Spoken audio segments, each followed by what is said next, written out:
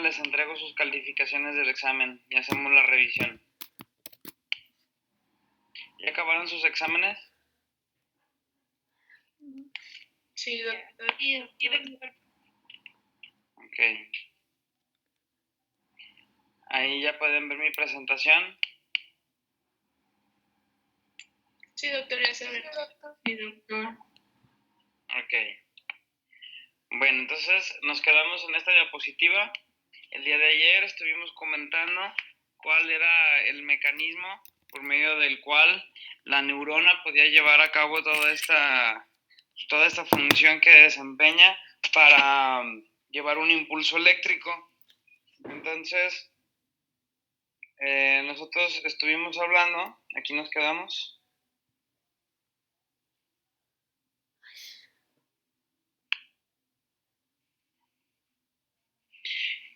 Entonces, ¿qué eran los potenciales de acción? Esta diapositiva fue la última que anotaron, ¿verdad? Sí, doctor.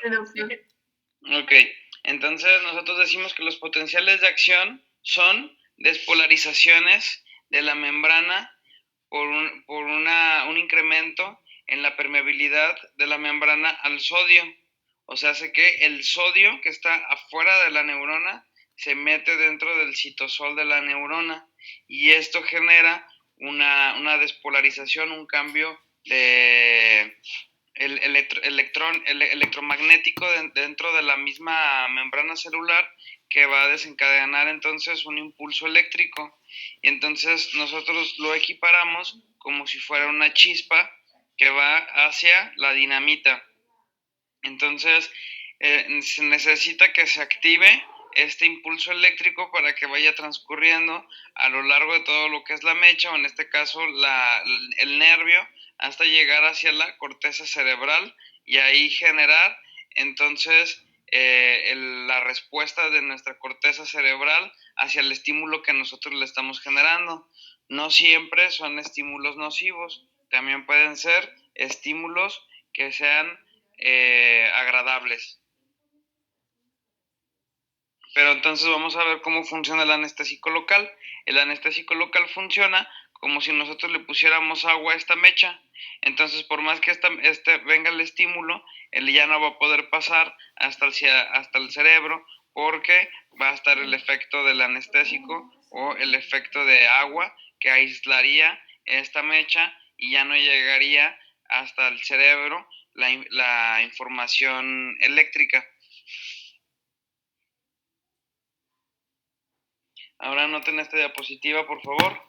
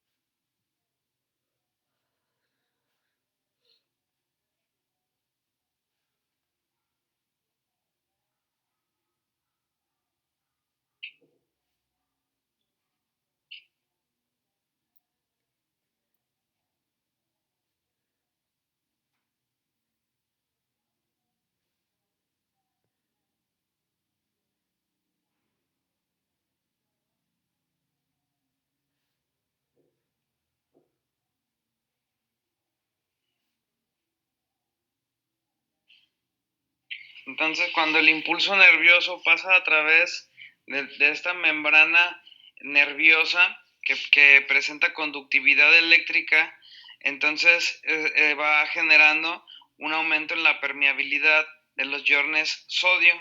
Entonces, gracias a las proteínas transmembranosas que conocemos como bombas de sodio-potasio, entonces se aumenta esta permeabilidad al sodio y entonces entra el sodio hacia la membrana neuronal y después saca el potasio. Entonces se crea un desequilibrio electrolítico entre el sodio y el potasio. Normalmente el sodio debe de estar afuera de la neurona y el potasio adentro de la neurona, pero cuando se genera este impulso nervioso, entonces los iones sodio entran en contra de su gradiente de concentración. O sea, normalmente los iones sodio no pueden entrar a la neurona porque por el gradiente de concentración los sodios se tienen que mantener afuera. Entonces lo único que puede generar una entrada y salida de sodio y potasio es por medio de estas bombas de sodio y potasio, que son proteínas transmembranosas que actúan gracias al ATP por medio del transporte activo. Si ustedes se acuerdan, el transporte activo es trasladar una sustancia, un ion, de un lado hacia otro en contra de su gradiente de concentración. Para eso se ocupa ATP. Entonces, cuando se genera este impulso nervioso, entonces ocurre este paso de iones sodio que van de afuera hacia adentro y el potasio que va de adentro hacia afuera. Y entonces en contra de sus gradientes de concentración, y esto genera o propicia la fuente energética inmediata para la conducción del impulso a lo largo del nervio. Así es como se va llevando a cabo todo este potencial de acción o este impulso nervioso, que ya esto ustedes ya lo habían estudiado cuando estuvieron viendo histología y fisiología del tejido nervioso. Ahora noten esta diapositiva, por favor.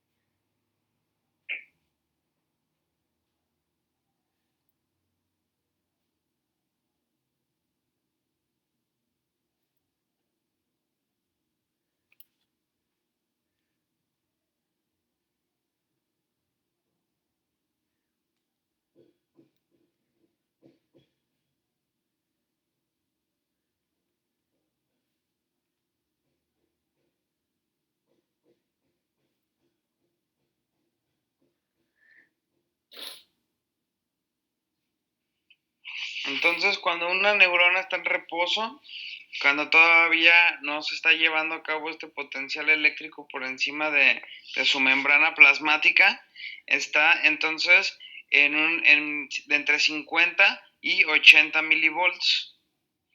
Cuando entonces ahora entra en este potencial de acción y entonces la neurona pierde este estado de reposo, entonces ahora se activa la bomba de sodio-potasio y empieza a sacar los sodios y empieza a meter los potasios por medio del transporte activo.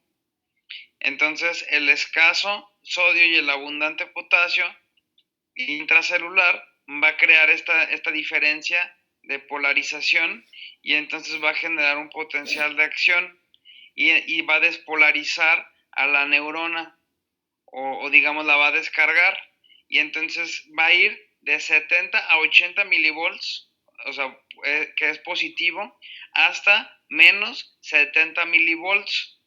Va a cambiar por completo la carga eléctrica de la membrana celular y entonces este cambio se debe a que van a entrar los sodios hacia la membrana de la neurona. Y esto va a generar que la neurona se despolarice y llegue hasta menos 70 milivolts. Entonces, una neurona repolarizada, o que significa lo mismo que está en reposo, está en un potencial de acción de 50 a 80 milivolts. Y cuando la neurona se encuentra despolarizada, entonces está en menos 70 milivolts, por este cambio eléctrico que ocurre entre el sodio y el potasio gracias a la bomba de sodio y potasio. Entonces, cuando nosotros hablamos de que una neurona está repolarizada o en reposo, significa que hubo expulsión de iones sodios.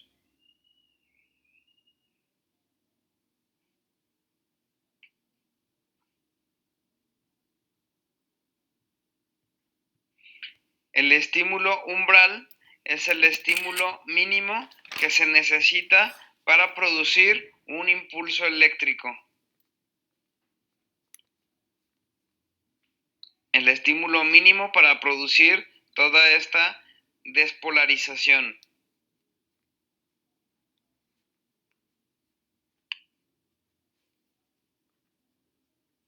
Ahora vamos a pasar a anestésicos locales, a la parte de la farmacocinética y farmacodinamia.